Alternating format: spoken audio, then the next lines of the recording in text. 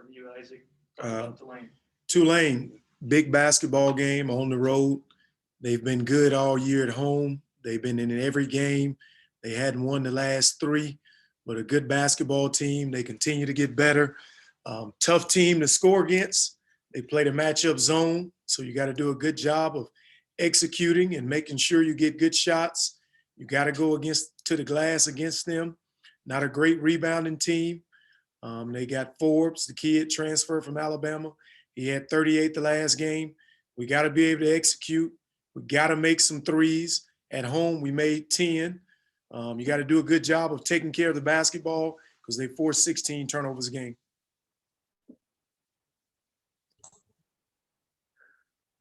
Coach, have you heard anything from the league? Any chance still of a game? Is it too late for that, or is that still a possibility? It's a possibility. They're talking with people from the AAC, and they're trying to see if we can get another game.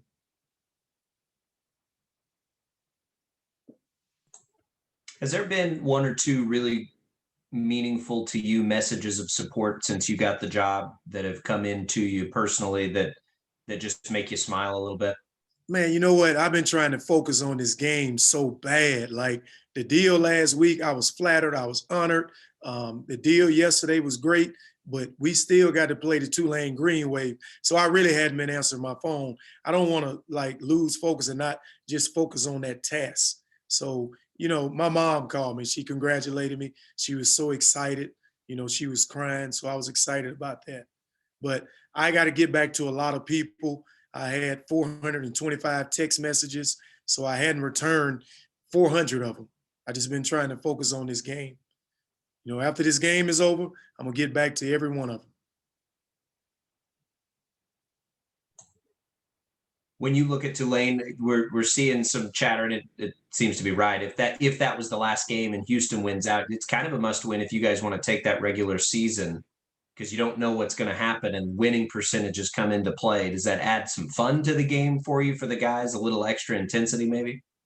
Yeah, I think, the guys take it one game at a time. If we go down and win that game, that would be huge for us. I think Houston is going to win out, in my opinion. Don't quote that. I just think they're going to be tough to beat at home.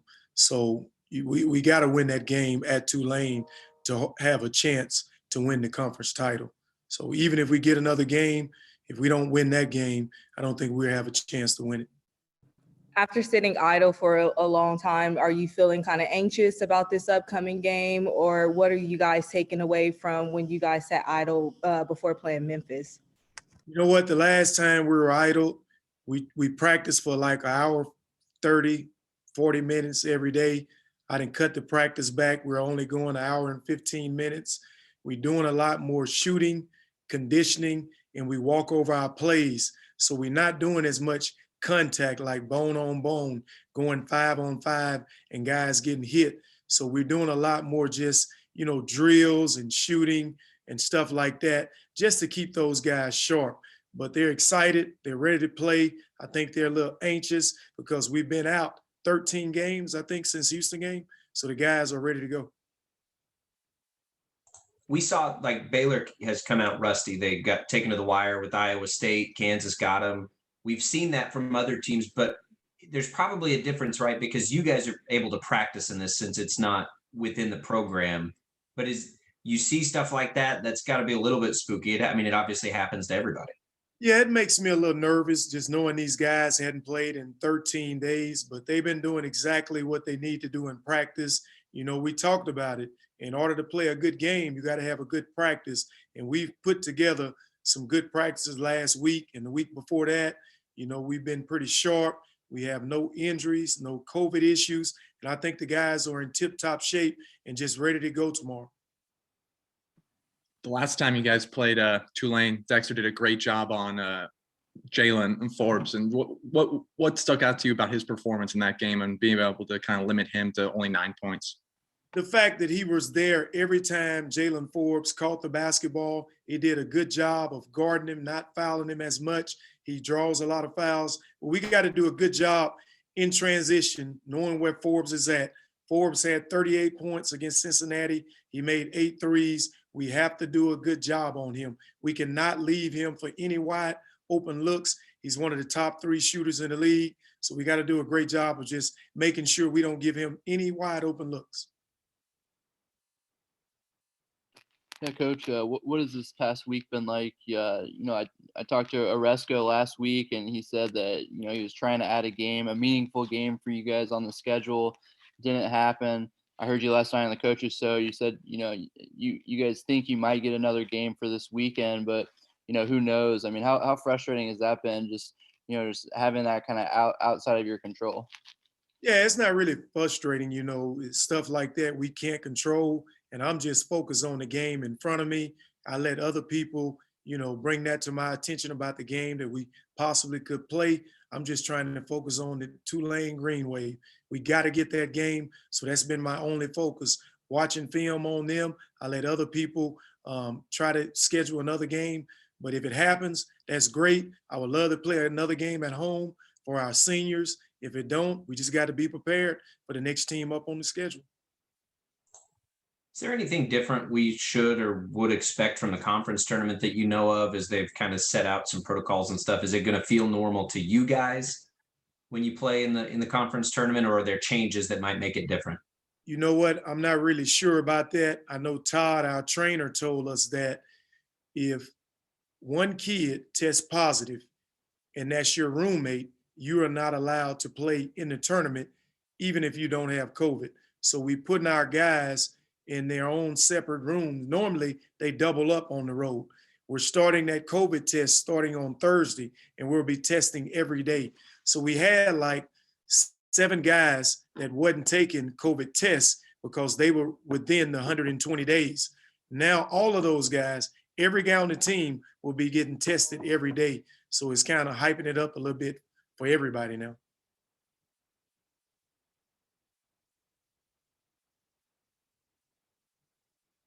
And now that, more guys are coming off that 120-day time period, is that something that you've had to tell them to be more cognizant of just what they do and everything? Like, hey, guys, like it's crunch time. You can't be testing positive and doing things that might endanger the team. Yes, every day before practice, I talk to them about wearing your mask. Anytime you're in the building, wearing your mask in your dorm room. Anytime you ride in the car with someone, on the bus, on the plane, in the hotel, I cannot say it enough. But again, man, when you're dealing with 19-year-olds, a lot of time those guys think they're invincible. But our guys have done a great job, knock on wood. We hadn't had any issues, but now we're coming down to the crunch time, and we just got to take care of our bodies. And you can't be a selfish person and not wear your mask for yourself, but you got to look out for your own teammates. You got to make sure that we're all good. Yeah, Coach, I was looking at the numbers too of just trying to put in context, how many cancellations you guys have had compared to other teams and, major conferences. And you guys obviously have 8, none by your own fault. I think the next closest team I could find was DePaul at 5. So, I mean, you guys basically doubled up, every other team in terms of just healthy scratches. When you hear stuff like that, I know you said it's not frustrating, but what's kind of your thoughts when you hear that, where it's just, that's just got to be pretty unlucky though, right? Yeah, that's pretty unlucky. I think our conference had the highest number of cancellations. I think some of that may, have to do with the fact that our conference is in big cities, maybe the population has something to do with it, but it's out of our control. There's nothing we can do. Hopefully going into this conference tournament that all teams are available to play. I think those teams that have been out, they will have the opportunity to play in the conference tournament. Just hopefully we make it there with no issues.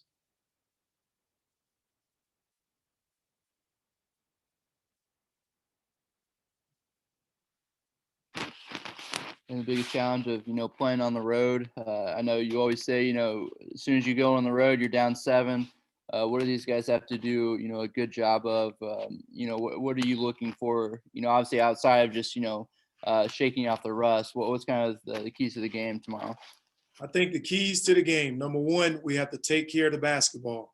They force 16 turnovers a game. We got to do a good job of taking care of the basketball. Number 2, we got to make sure we attack the zone. They're in a matchup zone, so we can't get stagnant.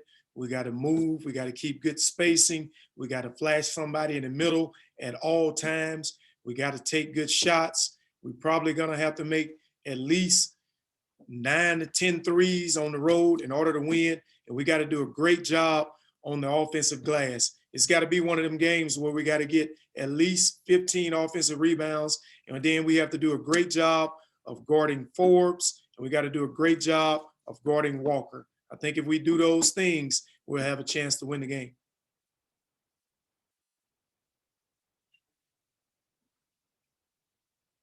All right, thanks, everybody.